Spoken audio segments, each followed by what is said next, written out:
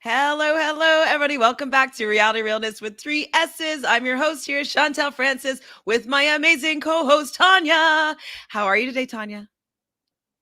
Well, thank you. How are you doing? I'm doing well. I just got off a patron podcast with Rob from Rob as a Podcast. We were talking about Survivor 41, and it's wild that we haven't talked about Survivor in like over a year and a half. So it's pretty exciting. It's been But way too long. how are you feeling about Bachelor in Paradise, that world? That's what we really want to know here. I guess I realized yesterday by the time the episode ended that I don't like the end part of Bachelor in Paradise. I like the middle part more, where it's more entertaining because I feel like the end game of the show is like people getting engaged potentially, and that could be happening super soon, and it just feels like now we've got like almost like everyone's locked in that we have. I know there will be some other arrivals, but like it's pretty tough for them to come in at this time. So yeah, I didn't realize I didn't like the end game as much. Well, I think maybe we don't like the end game because it doesn't seem like there's as many natural couples evolving. You know what I mean? It's like, oh, hold on. We have Carolyn here. Hi, Carolyn. Thanks for joining us. Did I get the insider scoop video that you sent me? No, my phone died. I just plugged it in. All right. While I look for that, which is very exciting. So what I think is that usually that there's more couples and people getting along. Like, this is what the issue I've had with this season and with Katie's season is the drama that they're bringing of the witch hunt of getting out the people not there for the wrong reasons, right reasons, wrong reasons, whatever. I feel like it's detracting. Actually, what is detracting from the integrity or whatever of the show. Like, if they didn't put so much energy, like I know we'll talk about it probably a lot today, but like I understand that like Natasha wasn't treated well and like that is unfortunate, but this whole witch hunt around like making them get off the island and Lord of the Flies, like eat them, like it's I don't care about that much. Like, okay, they did something shitty because they wanted to have their relationship on the island and explore their relationship on Bachelor in Paradise, whatever. They did something shitty to Natasha, whatever. Let's move on and move forward and like see if we can build some relationships. Like there's so many people there that have no prospects and they've been there for a month. Yeah, exactly. There's some people that are still there that I'm like, I don't understand how you're still there. Like someone James like who? or, James? Yeah, exactly. Yeah, exactly. Where it's like, how have you lasted this long? Like that's so strange. So I totally agree. And I think even the couples that are solid, I don't really like care for any of them that much. Besides, I guess Riley and Marissa. I think like they're the ones that I'm probably most rooting for because I actually like see a real connection there between them. But like I don't really care for the Noah and Abigail pairing that much as they want it to be that sweetheart pairing. I don't really care for the Serena and Joe pairing that much, and I don't care for who else? Excuse me, Thomas and Becca. Oh, but that's like just like starting to become a thing, right? Like whatever. Yeah, there's just like not. I don't know. They're not like couples that I really am that invested in besides Riley and Marissa. So we start off this episode. I was curious to see what Titus is going to be contributing to the intro videos. And he didn't really do that much. He was carrying like a Magnum. It looks like a Magnum of champagne, the bottle, but it had red wine in it because I've never really seen a Magnum of red wine in that shape, but I could be wrong. And so he has a very large glass of red wine that he kind of gives a cheers to the audience with a sly smile on his face. So nothing really that exceptional. So I guess we can officially say that I'm underwhelmed by 95% of those intro videos, and I was looking forward to them. So boo. We learn that there are 9 guys and 14 girls. Why are they doing this? Why can't they like, okay, for me, none of it's that serious, so I'm just talking because like these are talking points for the show. But like if they're trying to get people to get engaged at the end of it, wouldn't it be great if there was like the same amount, or maybe just one less or two less, or like at least everybody gets an opportunity to go on dates and meet people and mingle? So that's not like, okay, there's like the 5 people that are in set relationships, and there's the 4 people that they're kind of talking to somebody, but they don't know if they like them. And then there's 5 people that don't have anybody to even talk to. And it's kind of like, that makes it broken, because then they're just going to go home without even getting the opportunity to meet somebody potentially. So do you think that they broke the system? Like they messed it up? I think they just hedged their bets on the wrong side of the equation. Like the women that ended up leaving at the beginning of this episode in the rose ceremony are infinitely more compelling than like at least 4 of the guys on that side. Like I think like if the women had the advantage and we're giving out the roses, it's better. Like if it worked that way, because there's just more interesting characters to me. Whereas like a lot of the guys are pretty much like meh, and then like there's a few fan faves, let's say, that are on that side. So I think they just like totally messed up in terms of like casting a lot of really like interesting women or funny women or women that have like a bold personality, and then a bunch of flops on the guy side, so that Aaron has the power going into a rose ceremony. James has a power going into a rose ceremony. It's like, that doesn't really work for me. Yeah, why is James still here? Like, why though, actually? Because like, I think maybe even he's he a great guy. realizes that. Maybe he's a great guy and we just haven't seen it yet, because like Aaron, I think, says that he's his best friend. I'm just like, really? Like, what? Why?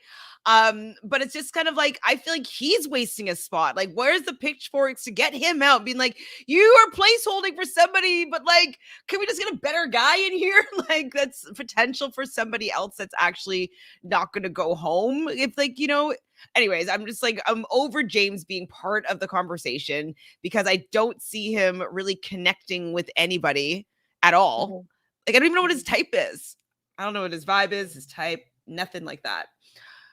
But so Demi's kind of addressing this and saying that the 5 girls that are most likely going home are going to be Demi, Natasha, Jasenia, Chelsea, and Deandra. They're all kind of on the button there. And they do bring up the fact that why, I think it was Natasha directly say, like, why wasn't anyone upset with Brendan? And I totally agree that they should have been coming. We talked about this a lot, and this was where you were kind of upset. Like, they didn't come with the same energy for Natasha about Brendan. And I wish that became a little bit more of the conversation, like, as opposed to like, grouping up together and attacking Brendan. Like, because I don't think that was the right way to go about it either. How do you feel about the ambush? I mean, compared to addressing something. I asked like why they didn't have that same energy. So the fact that we got to them having the confrontation, I'm glad about. I still wouldn't say it's the same energy. It feels like kind of reactive, and then also like maybe spurned on by the fact that like Joe has confided, or these women have also confided in him, so he kind of feels like he's like delivering this message. But that's also what I disliked about it, is it's just like being like, yes, I wanted this to happen. I wanted Riley and Joe to have the same energy as they did with Brendan, but I didn't like the way it was structured, with him like almost acting like the representative for the women. Maybe they asked him to do this. I don't really know. I just don't love it. Yeah. And then on the reverse, we did see Brendan's true colors once again in terms of how he reacted to this information. And, he's just not under fire. He's so defensive in such an unappealing way. It's like really kind of like a little bit mean in response, like very like I'm above you kind of energy. And it comes out of this like person who's trying to portray this kind of like shy, sweet persona. And it was all like, ugh, like the entire interaction was just like weird to me. Yeah, I'm just like, yeah, I wasn't here for it. We'll probably talk a little bit more about it in a bit. So Sam, hi Sam, thanks for being here. Happy that someone said something to Brendan, but still wasn't the same energy that was given to Chris. Anyways, Yeah. yes, Yeah, true, exactly. not the same energy. I am happy that they did stand up for her to a certain extent. I don't like the how of it, and I don't like that this became the narrative of the episode. Is like, get them out, get them out. Like, no, maybe I just wanted something else. It just wasn't, it didn't land for me as what I cared about to be watching. I was just kind of like, okay, let me go make something to eat right now because, like, I don't really Yeah. care about this. It almost felt like kind of rude too, in the sense that like I'm glad this happened and that they left, I suppose. I don't know. It doesn't really matter to me whether they were there or not at the end of the day, because that wasn't what my issue was. My issue was like really about like the treatment of Natasha's collateral Mm-hmm. damage in this like situation for them, and how bad of a look that was for them. But like, I don't know, after spending an entire episode just focused on their drama, and that like being like the biggest factor of basically two nights for the next week for them to that just be resolved like suddenly within the first like quarter of the episode, was kind of jarring. And I was like, okay, so you just had to spend so much time on this last week, and here we are. All right, well, be careful what you wish for, I guess. Exactly. Hi Natalie, thanks for being here. So the rumor Bachelor is from Michelle's season. I did hear this recently.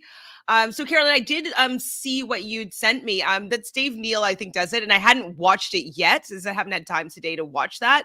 But Carolyn says Rachel Lindsay said that people from Paradise said Brendan type is light skinned girl and not dark skinned girl, so he used Natasha, which is unfortunate. How he handled everything was not kind from top to bottom. So regardless of who he's attracted to or who he's not attracted to, he didn't handle that situation well at all. And I think that if, especially if he knows that he's not attracted to Natasha, maybe don't choose her.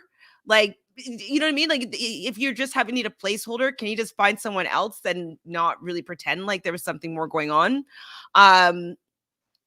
And that's pretty unfortunate though, that like being like skin color is a casualty as to why she was treated so poorly. Yeah, well, and it also definitely has a different resonance given, you know, her skin tone versus whatever. But I can't speak to that like obviously specifically, but it's not a good look, to your point, that Natasha is the person that was in that position. It's an added layer of making it even worse because it's just not, it's not portraying her in the same light as others, and it's making her feel less than, and that's not cool. Like, just what, like, he should have just stuck with Demi, you know what I mean? Like, I know. Like, maybe he didn't want, like, because Demi was coming across quite forward and like really wanting to lead with that. And if he didn't want to do anything too sexual, for the fact that he wanted to hold out for Piper to come, I can understand him not wanting to be with Demi, because like he would have to constantly be like, no, I'm not, yeah, let's move slowly. And she's not really that type this season. So, but exactly. I just wish that she already had established that she had like interest. Well, I guess she went out with him first, but then like she was quick to like be like, oh, I'm into Kenny or whatever. I think he probably realized that Demi would be more likely to not give him a rose, whereas like he felt like he had Natasha locked in. Also because he made it seem like he was invested and she didn't pursue other options. So there's that element. But like I think he would be more concerned that Demi would just like flip the script on him than Natasha would. True. And like he could easily just go home when, if he's not like interested, and show some interest. Yeah. Hi, Joseph. Joseph was on the Patreon podcast. So thanks for being here too.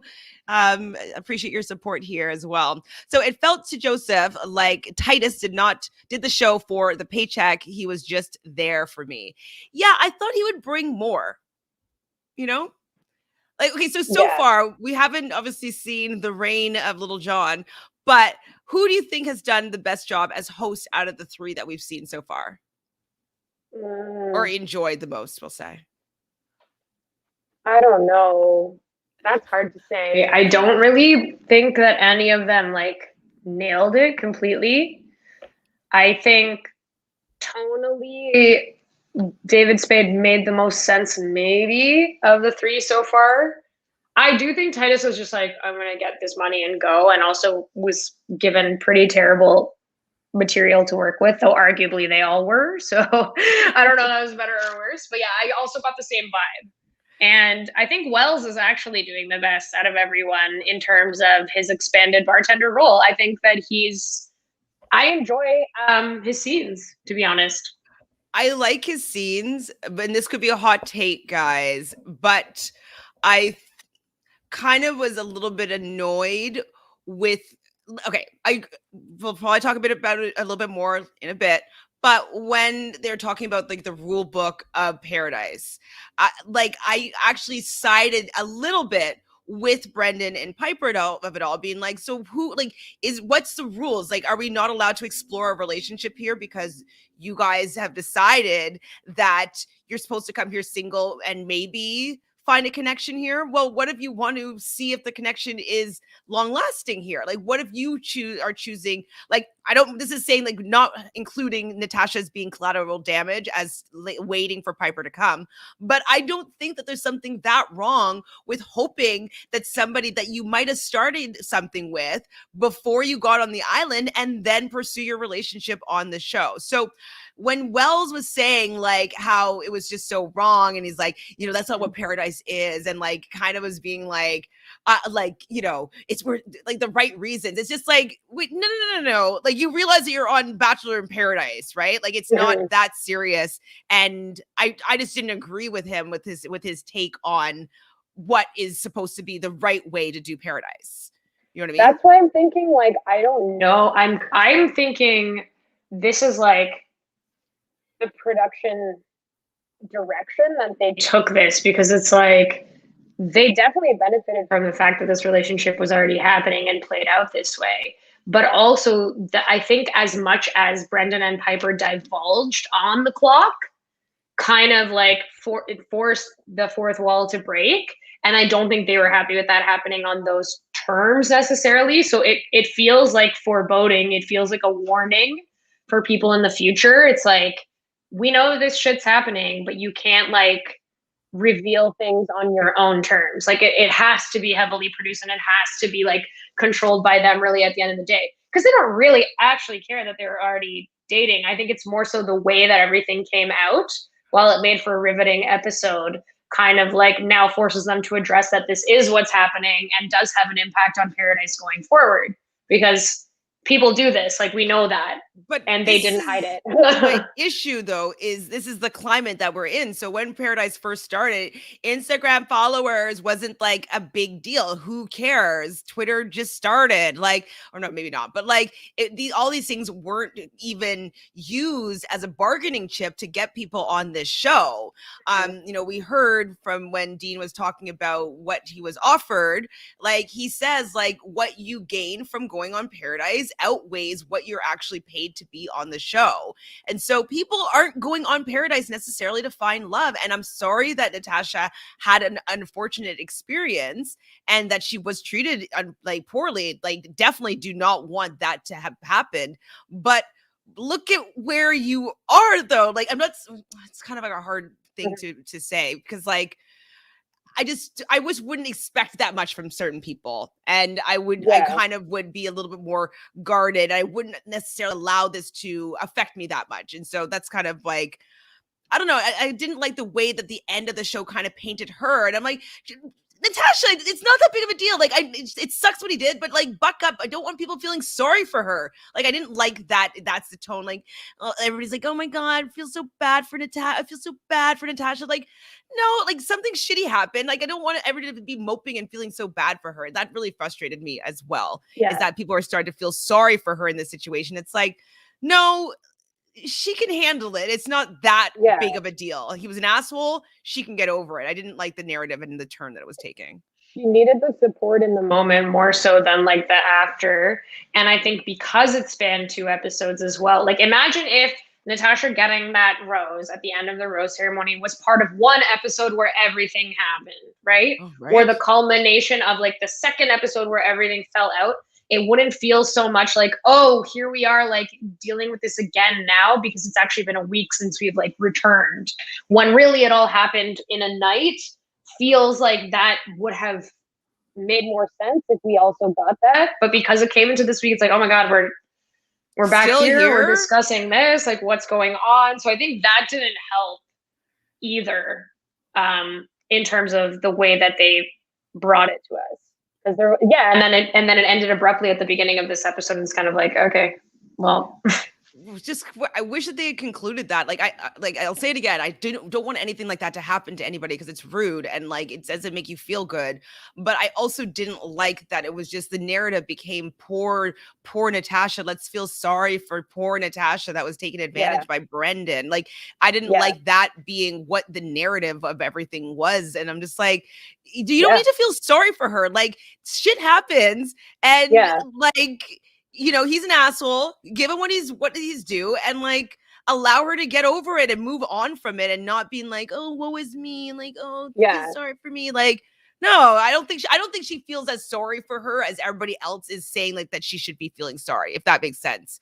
Totally. It was just so annoying to me. It carries on too into, I agree with that. And I think it carries on into almost like this kind of like, we'll get there. But I personally felt like kind of forced push of like making Natasha and Dr. Joe happen.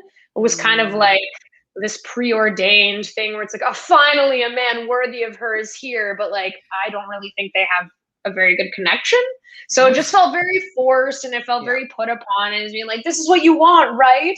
It's your turn to go on this date, and look who's, and it's just like, it doesn't feel natural or right for her. And I don't think that that's necessarily what she required coming out of that situation. So I do agree with you there. It created a big thing about it afterwards, instead of just being able to like let her move forward on her own terms after they're gone, you know? So much weight on everything that happens now because like she's been hurt. So we have to like tippy toe around her. I don't know. It was just annoyed me. So we'll get to these places probably again. Titus presents that there's going to be a cocktail party. I don't remember this. I don't even remember this. Like, oh, the cocktail party. Sorry, present the cocktail party right before the rose ceremony. And people are going to be going home. The five people that we were speaking about, and Demi thinks that that these people are clout chasers and that they should go. And I'm just kind of like the Demi confessionals of it all. Demi, I think, is a clout chaser. Demi did the exact same thing on her last season with Christian. She was waiting there for Christian. And when Christian came onto the show, she wasn't entertaining anybody else. So definitely pot calling the kettle black here. I don't like the way that Brendan treated Natasha, but they did the same thing that Demi did last season. And Demi is just, get them out of there, send them to the airport. Like, what are your thoughts about this? She's so annoying. My thoughts with Demi are like, sometimes I'm glad that she's vocalizing something because I agree. And sometimes I'm not because I don't agree. And I think she just chooses to be vocal about different things at different times. And this was one of those things where I was like, all right, well, she's coming for them. And like, she's actually being direct, which I was entertained by, but I just like think she just likes to involve herself in whatever the drama is and stir the pot as per her intro. That's like her big thing. So yeah, of course. And everyone's done the same thing. Like we've said, like for the last 2 episodes, like everyone's doing this in some capacity. It's just the way that it happens, is like better. Thomas isn't good at pretending to be there because he's interested in maybe being the Bachelor. He didn't play that right. Brendan definitely didn't play the get on Paradise and have America fall in love with your love story. Like that didn't happen. And so people are they are doing maybe the rule books of Paradise wrong, but they just don't. Nobody seems to have it.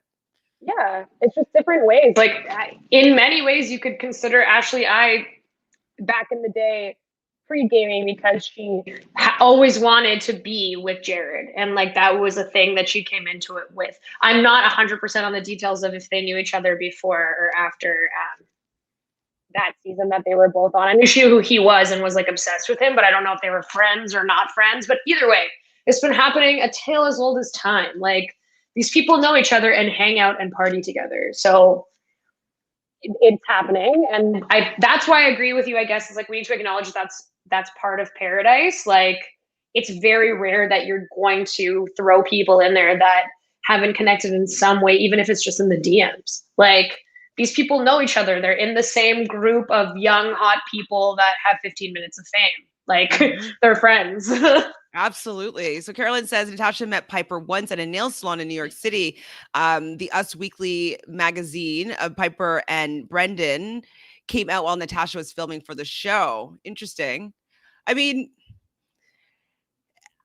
I'm only the only thing that I'm mad at is how Brendan treated Natasha. I'm not that mad about them coming onto Paradise knowing each other. I'm not really. It's just the treatment of Natasha. I think that was, in my opinion, inappropriate. At like the how of it all, but the knowing somebody, they've been doing that every season, and this is the first time that they didn't do it well. You know what I mean? They didn't hide it better. And that Natasha was a casualty in this case because it happens every season. It's not new. Remember that guy Joe? Like kind of creepy guy Joe that was like dating Julia, and then Samantha Stefan came in, has like that super dark hair and like light eyes, and everyone was like, they knew each other before, like they've been dating, and that was a whole storyline where everyone hated Joe. And then I'm pretty sure like they got to stay and like were together for a bit or whatever, but like the exact storylines actually happened, minus the social media stats that Brendan and Piper dropped. So yeah, I mean, it's just annoying. Carolyn says, why are people sleeping on Ivan? He's cute. I think he must just not have any swag. Like, I'm curious as to how he gets into a fight next episode. Like, that's with your guy? Oh, yeah, with Aaron. Aaron just classically bringing us more fights somehow. Don't know how. What's like what? Did we see Brendan's Instagram apology? I did read it. I don't remember what it said right now. I remember thinking like I'm happy. Like it felt as though he was protecting Piper, and being kind of like, let me take all the brunt of the blame for this. And from what we learned from the episode, it does seem like it was Brendan's idea. Because Piper does say like, I knew I shouldn't have come, or I wish that you didn't ask me to come, or something like that. So it seems like this might have been Brendan's idea. Like, be like, hey, like they've asked me to go on Paradise. Do you want to come on as well? They said that like if you want to come, you can come a little bit later. And maybe that's like the conversation that they had. You know, and like, we'll have a vacation for a month and we'll hang out in Paradise. Like, I don't know. Do you think it's that calculated? It's like, oh, we're going to get so many followers. Oh my God. Like, come. Like, maybe that's how he sold it to her. Maybe, but I was like, maybe they both would have benefited from like watching any past season of Paradise. Like, had they seen the show, like, it's just like from the moment she got on the beach, it was poorly executed. Like, I feel like they could have done better if she like even just like asked to speak to more than just him, or not to speak to anybody at all and just choose him right away. Like they couldn't hide their face or their grin or like their clear excitement. It's like, you gotta try. Come on. Like a little bit. So yeah, they didn't do their homework for sure. So, and then the comments Brendan made about Natasha and Deandra were so uncalled for, labeling them Black women as undesirable. Did he specifically say those words, or said that there was nobody on the beach at that time were prospects? He didn't say those words specifically, but I think what Sam is saying is that's like kind of what's implied in terms of the comments that he did make. Right. I mean, I think that Deandra, I think they're both gorgeous, but Deandra, I think, is like probably the prettiest person on the beach. Oh, personally. Yes, absolutely. Like, no, for sure. But yeah, him. I mean, I don't remember exactly what he said, but I think that he's just not great with his words, and kind of like the Thomas thing. He doesn't know how to play this Bachelor Nation game correctly, and they're being called out for it because they're doing a bad job. But Hi, maybe it is pointing Tamika. to some like implicit like bias that he actually does have. That's That's like maybe, very possible. Very possible. So Rachel said production made Brendan and Piper leave. Really? For the Oh, storyline. did they? See, that kind of checks out with what I'm thinking. I think they're not happy, but they are happy, but they're not happy. You know what I mean? It's kind of like, well, this still worked out for us, but we weren't in control. And we always have to be in control. That's the vibes I get Or from it. this is their whole, they wanted the drama of this all. And so like maybe this is what they pitched to them and like this is going to be your storyline. It's And true. Everything is intentional in terms of what we see. So, that's sketch. Ivan does not know how to read the room. He was so cringe trying to kiss Kendall. Oh my God, we'll get to that. IVB, thanks for being here. And yes, he has zero game. Hi, Charlene. Right, read the room. Yeah, that was so, I was so uncomfortable. So I think that they had Titus do 2 days. It's been like 7 days since the cake in the fire incident, which was like 3 weeks ago. Oh my gosh. wow, 7 days. Hi, Emily. So I think that they should start dating events like speed dating so everyone meets and talks to everyone. I mean, that would be kind of fun. Like imagine like a Bachelor Nation or a Bachelor alumni date night where it's like go and speed date everybody from Bachelor Nation and like film some of them. Like that would be kind of fun. I'd love to watch Yeah. that. Or like Just have different activities that are like group, like, you know, how on Are You the One? Like they have to do challenges to like match out like 3 facts and a lie about your partner or whatever. And like you have to guess. Like if they all had to like do those types of games, I so guess then it would fun. just be Bachelor Pad. But Well, Bachelor Fad was a great. Like I loved yeah, Bachelor like Fad. I don't just to know why have they like mix it up, see how well people know each other, stir the pot that way. It works really well on Love Island when they do the ones where they have to decide like what tweet is about whom. absolutely. Those are my favorite. I mean, sometimes they're pretty harsh, but sometimes like they bring on some drama in the villa and they test relationships in a way that's not as annoying as having Natasha's heart get broken. I'm wondering if this just popped in my head right now. So production, they did this whole thing. They wanted this whole storyline with Brendan and then didn't realize optically how it was going to look, that Natasha was going to be the casualty here. And then they felt that they want to clean up their mess that they made by sending them out. So I'm wondering if that's the case, like that everybody is a casualty of producers meddling a little bit too much, which I'd be curious about. For sure. I can see that being a thing as well. So the rules don't take up people's spot when you're in an exclusive, or don't take up the spot when you're in an exclusive relationship. Is it, or is that what we've just decided is though? Right? Like there's I mean, a it's lot what of it's people. supposed to be. They're supposed to be singles. Like that's the concept of the show. But we see like almost every time that there's people that on day one they like somebody, they start talking to them and they stick together for the whole show.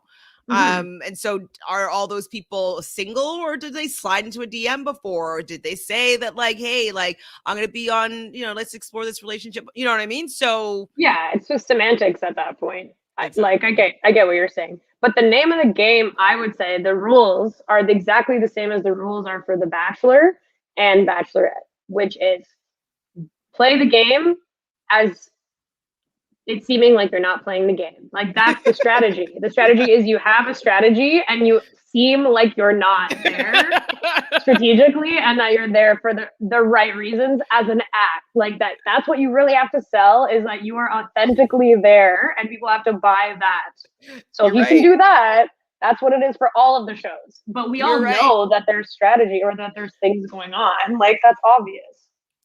Exactly. So yeah, if you got to play the game well, or else you're going to get, outed by the mob.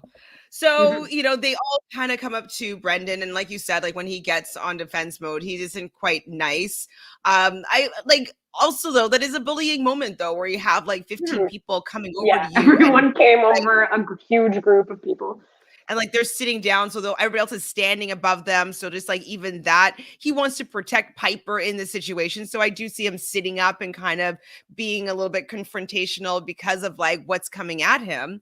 And so I understood a little bit why he was just kind of being a little bit rude and a little bit like snappy, snarky or whatnot. Like I didn't like that's how most people are going to react when they're going to be ambushed, even if they're in the wrong. Like you're going to, it's not going to be the right, in my opinion, way to address somebody if you want them to understand what they did was wrong and like do something, apologize or whatever you want them to do. Not.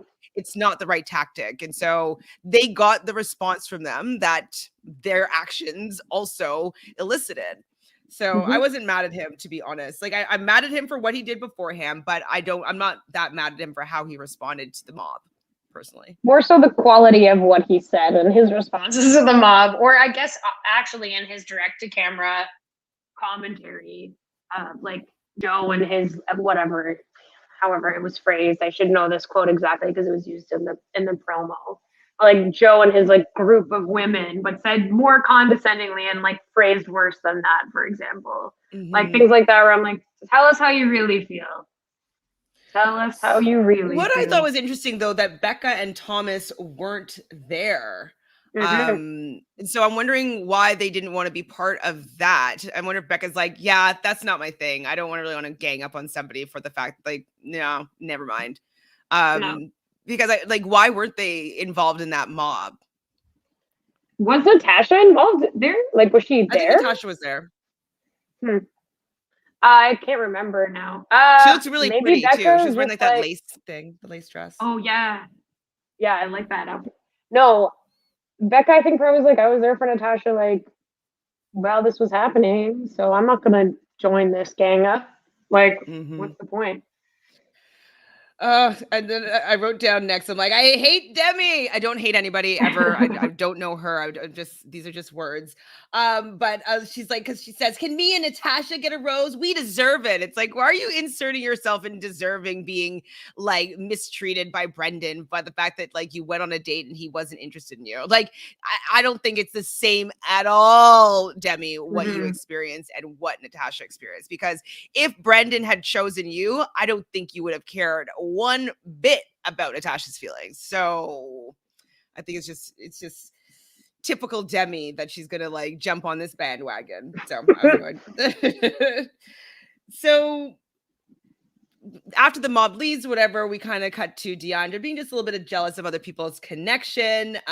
We see Marissa setting up her own little date-a-rooney with Riley and the whipped cream. And this, like, I'm not that shy of a person, but I was kind of blushing a little bit with like how intimate and sexual, like pulling a card and then getting the whipped cream and kissing with whipped cream on whatever body part you pulled from the card. How'd you feel about this scene with these lovebirds? I felt extremely bashful watching it because I was like, oh my goodness, I can't believe this is happening. But I'm definitely not going to yuck someone else's yum. Like, it really seems like that works for them and they're on a very similar wavelength of like that physical expression of like desire and like just getting to know someone and being comfortable being that way. I was like, they clearly are both digging this 100% to the point that it leads them to have to leave to go to the boom boom room. So like, gotta go. I'm not, power to you, but I was literally like, like I was actually like, I don't know that this is like something I could do or like something that I necessarily find myself drawn towards. What about sucking on toes? Wells was not into it. I actually think it feels pretty good, and I'm not squeamish about feet, but you are. It's not for me, but it works for some. So again, I'll let people own whatever works for them. It's not harming anybody. Go enjoy. When he was like licking it off her chest, she got a black box edited in there. Like, okay, they got a black box. All right, Marissa. But this is something though that I think is interesting is that like, I mean, I didn't find what they showed was super graphic or whatnot, but they still show more of what they've been doing than they've ever really showed with anybody else on the show. And so I'm wondering if they're doing that now just to maybe make it okay them going to the boom boom room. And because like they probably got a lot of backlash from them kind of negatively sexualizing Marissa, and then Demi was just allowed to have a free-for-all, and like it's empowering. And so I'm wondering if that's why they're showing a little bit more of it, because like they've never really showed this much like sexual intimacy on the show. Yeah, I mean, it's definitely something we've observed, right? Like there's a difference in how they show this relationship sexually versus the others. But I mean, if I wanted to be super conspiratorial and read super into it, I think there's probably a lot of deep-rooted reasons why this is being presented this way versus other ways. But this was at least like, I feel, in better spirit than the way they portrayed the initial like hookup that they had, where it was like, okay, they're having this like wild like beach thing, and with the props that production has set up in the way that they always have little vignettes like this, it still felt like, okay, I can accept the presentation of this one a bit more than the previous one. I totally agree. And apparently he's the best chocolate sundae she's ever had. Ooh. So I didn't realize at this point whose birthday it was. We do learn whose birthday it was, definitely. James is excited about Tia, like who knew? And so then we see Tammy talking to Thomas, starting off by saying, like, I'm not going to ask you about your date. And I'm like, this is, I think, one of the places where Tammy has been doing wrong with dealing with the Thomas of it all. I know she's trying to come across as like easygoing, like I'm not trying to like scare you into a relationship, but I really am. Like, I think that if she was a little bit more honest with how she felt, not that he wouldn't do anything, but she may get a different response from him, because I feel like she thinks because she's being so laissez-faire and like super cool that he's not going to do anything. But maybe if she just showed him a little bit more like, no, I really want us to be together. I don't particularly want you to go on this date. Like, I want you to choose what we have. He may not have kissed her on the date. He may not have explored a little bit more in that direction, because he has the free reign and she gave him that free reign. And so I wish that she was just more honest with him with how she was feeling, instead of making him guess how she was feeling, and making him like, oh, like you didn't actually want me to go on this date. Oh, you didn't really actually want me to kiss her. Oh, you really didn't actually want me to explore that relationship. I wish she was more honest.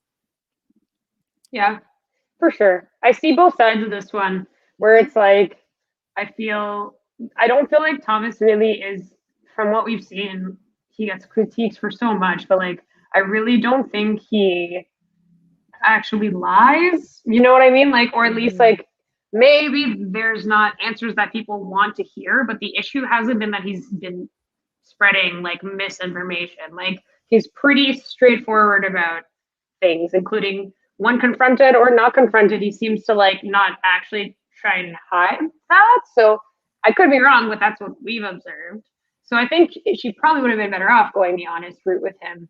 I think like, speaking as someone who's like behaves like Tammy has in this situation in my own life, I think it's motivated just from like not wanting to have that happen, right? Like, it's probably kind of an inevitability that she realized. I think she started to realize from the last episode going forward. And it's like, well, then if I have that honest conversation with him, I'm going to get an answer that I don't want. And I'd rather live in this limbo and hope that maybe it's not going to go that way, instead of like actually like receive the answer that I know is kind of coming. That, again, could be me projecting as usual. I agree. I agree with you. I do agree with you. I think that's what it is. Thomas comes in with the truth, and I respected how he delivered the truth. I thought that he was very honest. I thought that he was very respectful. Like, I thought that he handled the situation as well as you can from a guy on Bachelor in Paradise. So I thought he did a good job with that, but she did not take it well, of course. And like, she really wants to be in a relationship with him. And she talks about how she trusted him with everything, and everyone told me not to trust you. And what do you think about Aaron getting his just desserts here, or thinking that Tammy gets her just desserts here? That she needs to own her mistakes and move on. I mean, Like, he is just loving it because it's something else against Thomas in his mind. But the reality is, she probably wouldn't be with Aaron still at this point either. So, whatever. You can have your moment of celebration because he's going to frame it that way for himself no matter what, anyways. But So we learned it's Tammy's birthday, and apparently last year Tammy had COVID, and this happens to her on her birthday. So, oh, I mean, pretty crummy, but yeah.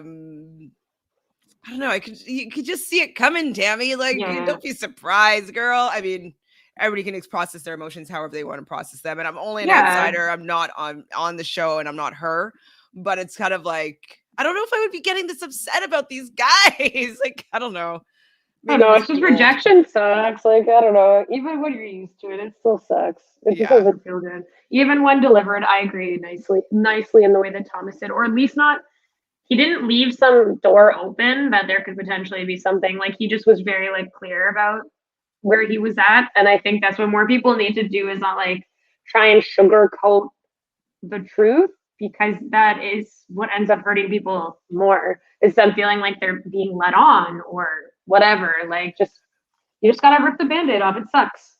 Well, even with like Brendan, like even if he, because I do think that part of him wanted to save Natasha's feelings to a certain extent. Like, yes, he knew that he wanted Piper and knew that Piper was most likely coming, and he wanted her to still be giving her a rose. But I think that he knew also that Natasha was into him and didn't want to hurt her as well. Like, I don't think that he's this completely evil bastard. Like, I think that there might have been a little bit of him that didn't want to hurt her in the moment, and then end up hurting her way more by not being even a teeny bit more honest with her. Just being like, hey, I really want to move slowly.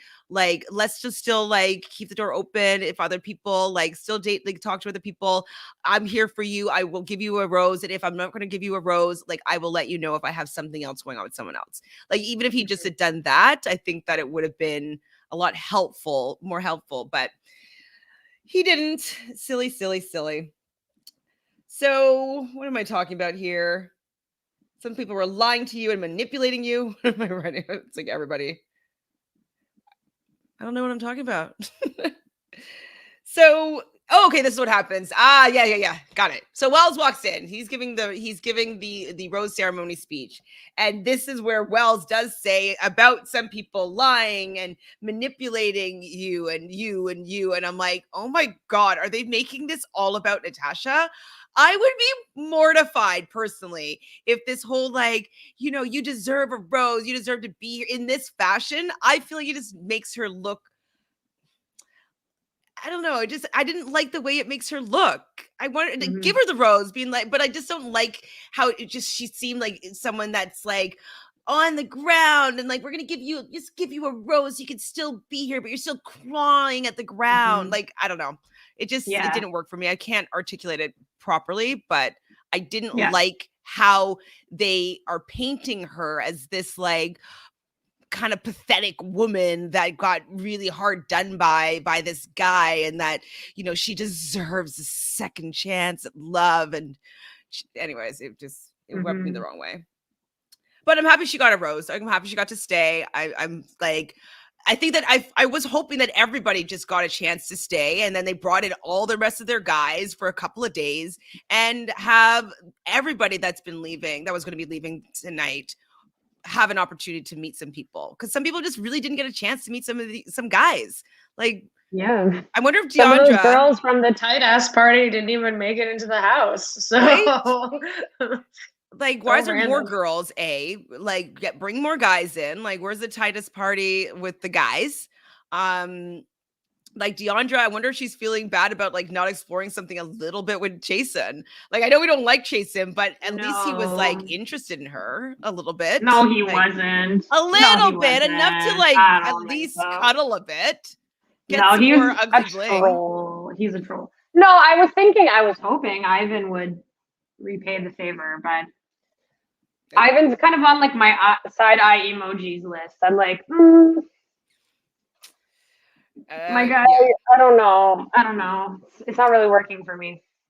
So the only interesting things that happened at the rose ceremony is the first one that you mentioned here. Ivan chooses Kendall instead of, as you said, returning the favor to Deandra. Because like him and Kendall have something. Like, what's that all about? I was like, am I missing something here? Okay. Like, okay. We knew that Kenny was going to choose Maury. And I obviously the producers have Mari come back with the rose standing right beside Demi. Yeah. James chooses Tia. What's that? I mean, I know that she thinks, oh, she's super cute, but like Womp womp. that's not a thing.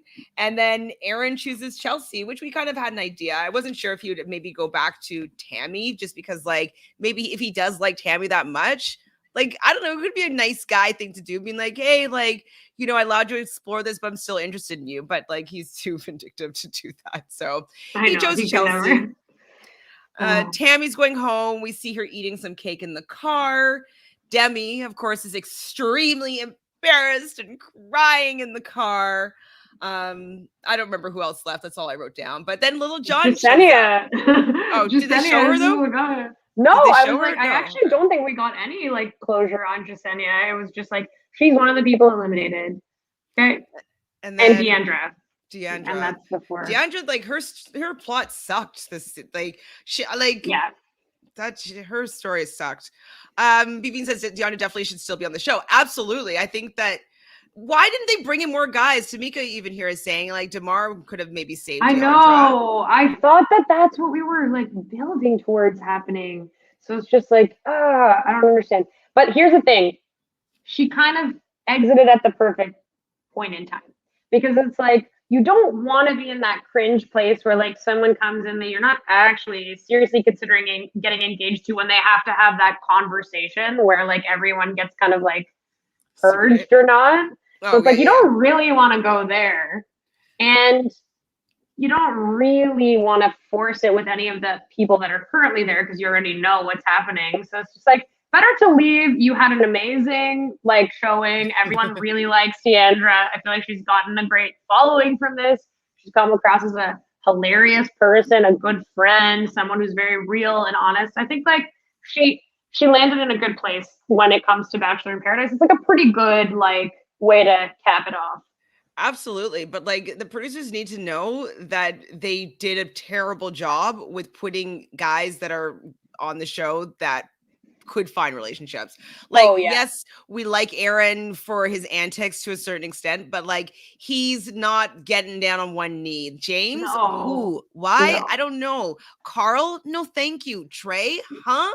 Like all those guys who were wasted of 4 guys that they could have that had on the show that might have liked the 4 women that left this evening. So they did a terrible job with the casting. I'm sorry, you guys. Or maybe it would have been better if the women had the roses first.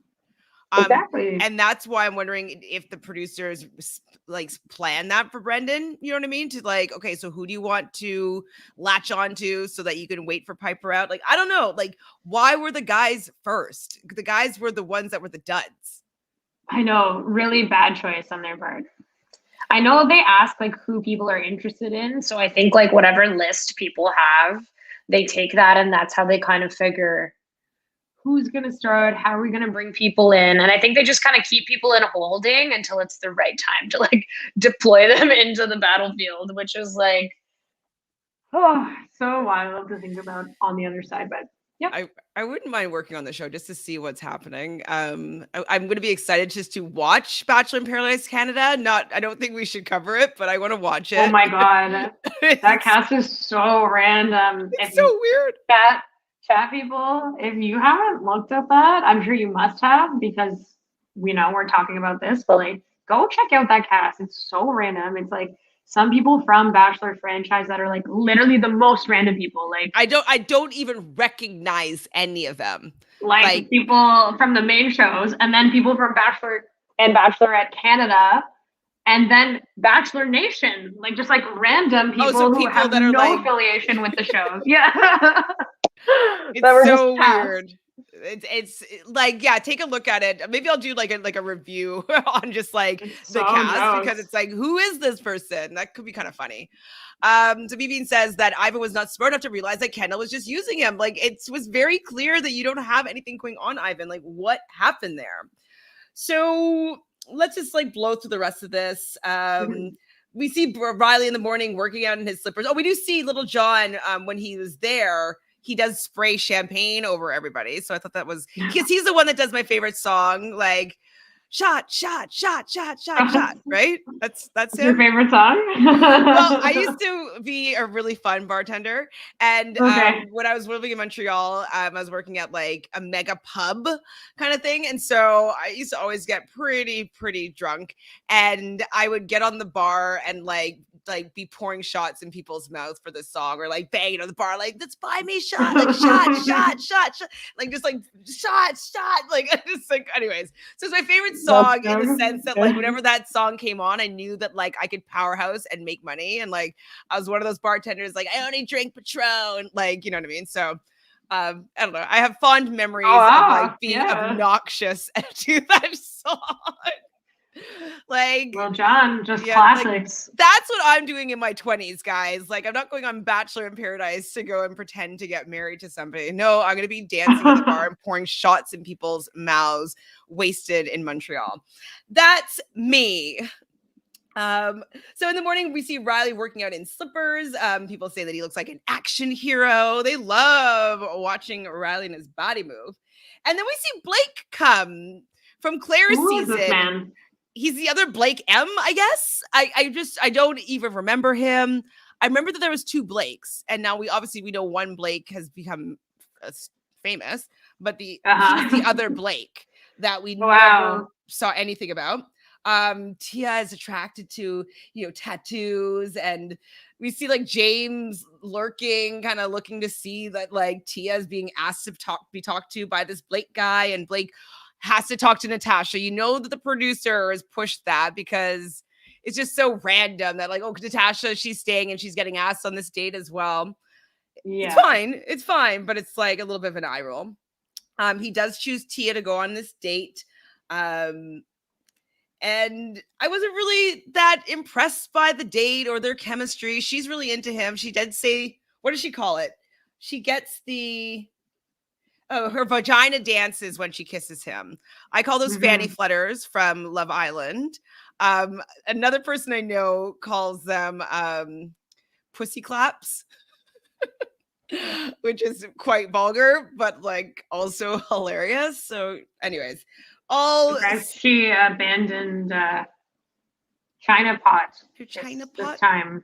Yeah, well, China Pot is like, that's when she's being demure, I think. I think that vagina dancing is when she's kind of pouring that pot, or I don't know, something. All right. But this man makes your vagina dance, then not me. All yours. There you go. But Lil Jon showing up in that dune buggy, I'm all about that. And so they do go in for a ride in a dune buggy. And I was like, where does Lil Jon go though after he gets in the dune buggy? Like, where does he go? We've had 2 Tia episodes in 2 episodes, or 2 Tia dates in 2 episodes is too many. Like, for me. Well, where was Deandra's date? Where was like? Anyways, we know the whole story about all that. So James, while she's on this date, is eating alone. I'm just like, I can't. So Riley's talking to the camera, and he says that he thinks that Kenny and Mari are falling in love. Ooh. And then Dr. Joe hits the scene. And we really like Dr. Joe, and, he comes down and he says that I don't know, it was his confessional saying that he was rejected by both Claire and Tayshia, and he has a date card, and he asks everybody to call him Dr. Park. The joke didn't really land, but we'll let him have being a little bit nervous. And so I think, who was it? Was it Becca that leans over and is like, Joe, how does it feel not to be a doctor? I thought that was funny. To grocery store Joe. Yeah, to grocery store Joe. Yeah. So Joe, right away, though, Dr. Joe, right away, is asked Natasha to go for a little bit of a chat.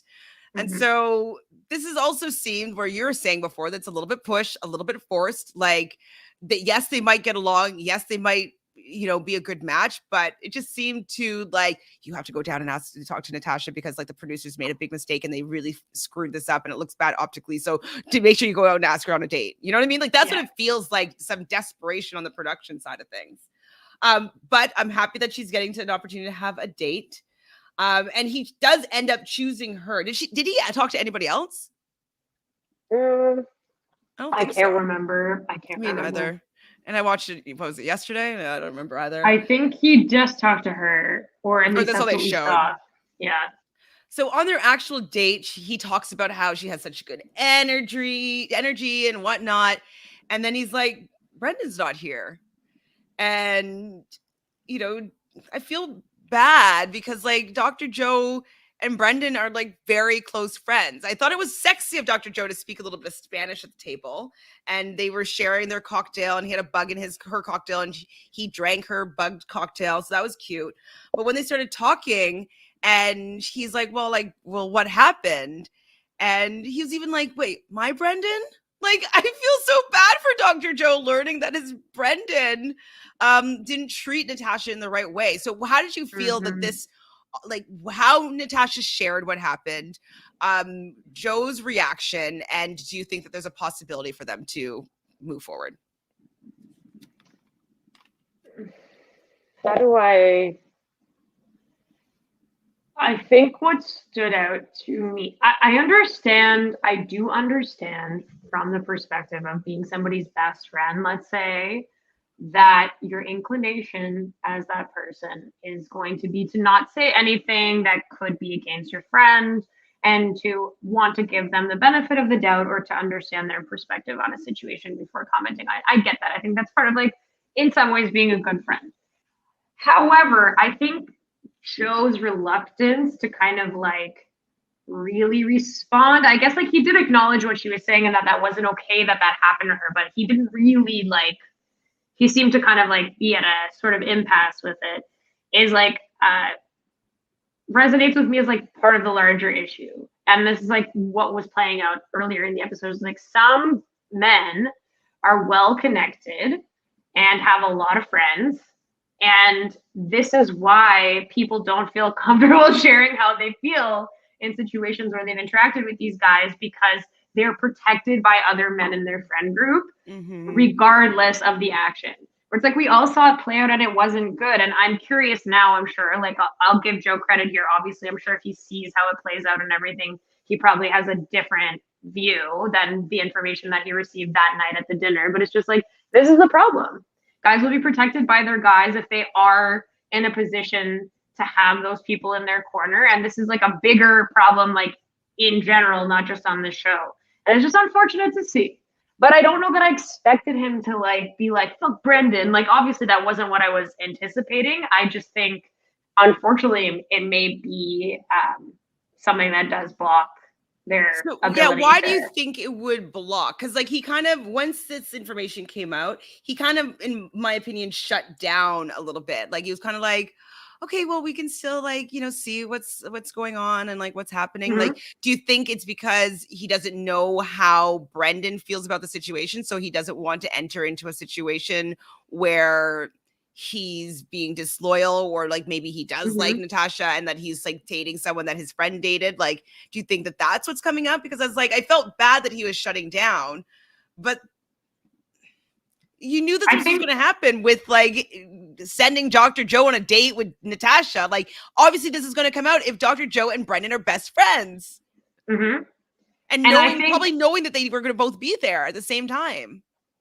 I think what it is that like when push comes to shove, they're going to choose their boy. Yeah. And I'm not saying that every guy will do this. I understand that there's lots of people that will make different decisions. Like I'm really not trying to generalize or actually even shit on Dr. Joe, because Ivan did the same thing too.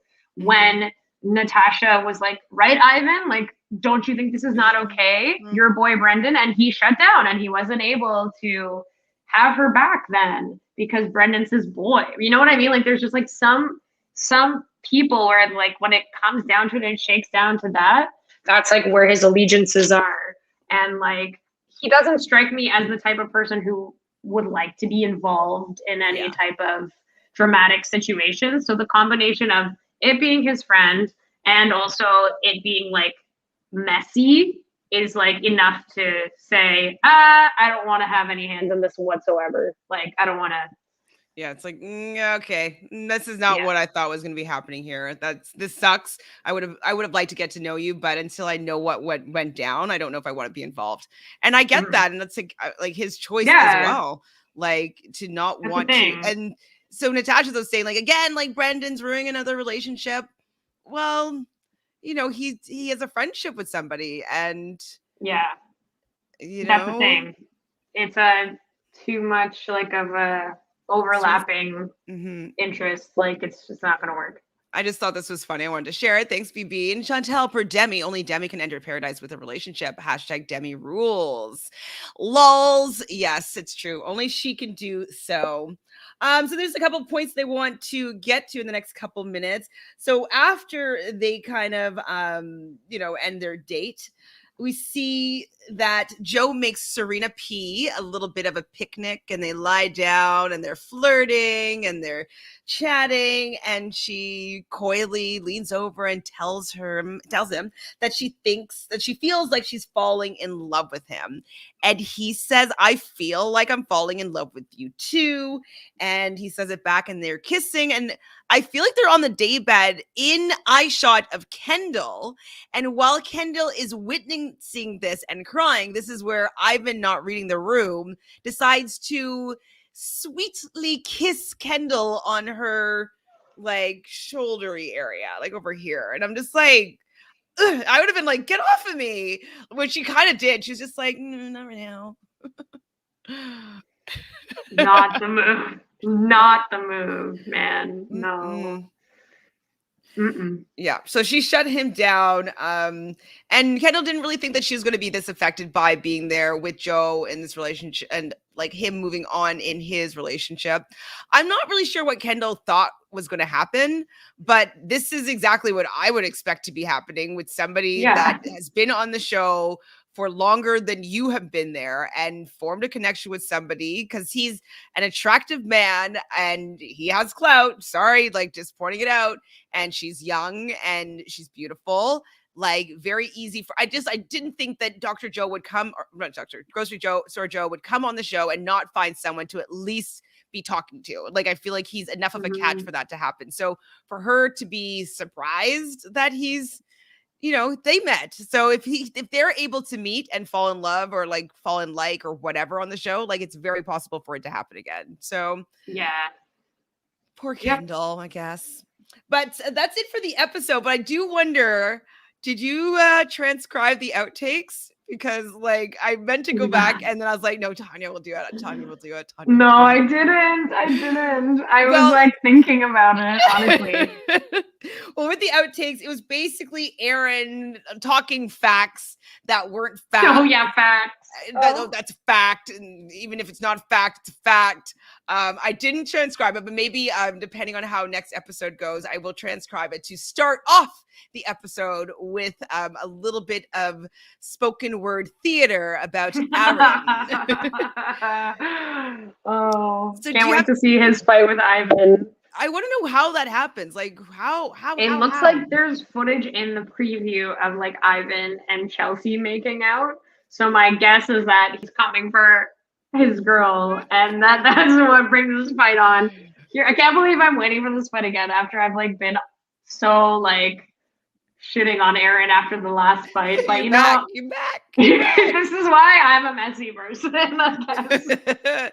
So Tamika says, I see that Riley's ex is on Bachelor in Paradise Canada. I don't know who Riley's ex is. Okay. So was Brendan, our favorite Canadian firefighter trainee. Right? Like, I don't know. So that's pretty much it. So thank you guys so much in the chat. Sorry I wasn't able to get to a lot of your comments here. You guys know that Wednesday is a busy night, and I'm going to go off and watch a little bit of Big Brother right now and then the challenge. So Tony, do you have anything going on you want to share with the people? You know me. No, I'm just, putting it out there, giving you the opportunity. If you have something going on, if you don't, that's A-okay. Just this fantastic program every Tuesday from now until the end of September. That's what I've got going on. It's my favorite time of the week. But please, everybody, if you haven't done so already, please subscribe. You guys know the drill, but if you haven't done so already, that would be amazing. And if you're watching this after the live broadcast, please like, of course, and leave a comment. Leave a comment on whether or not you think that production is the one to blame for the Piper, Brendan, Natasha drama, and that Brendan and Natasha, or Brenda and Piper, are getting the bulk end of it because they didn't handle it well, but it was all production's doing. So just I want to hear your thoughts about how that went down. Because are you part of our pack of disgruntled females? Yeah, that's what disgruntled. Brutal. I'm gonna put that in my bio. Literally, I'm gonna put that in my bio. Disgruntled female. That's me. I mean, I don't know if I would go with the group. I'd probably pull him aside and like talk to him like one-on-one. That's more my style. But I would be like, don't you dare call me part of the pack of disgruntled females. And just like that verbiage is utterly unhinged to me, but whatever. Join the pack of disgruntled females. We out here. So thank you so much, everybody in the chat. We will see you next Wednesday, probably a little bit earlier. So probably most likely at 6 p.m. Eastern is most likely when we'll be coming back to talk about episode 9 of Bachelor in Paradise. And for most of you, I'll see you guys in like an hour and a half or so, talking about Big Brother and then later on the challenge. So love everybody. Talk to you soon. See you later. Bye. Thanks, Tanya.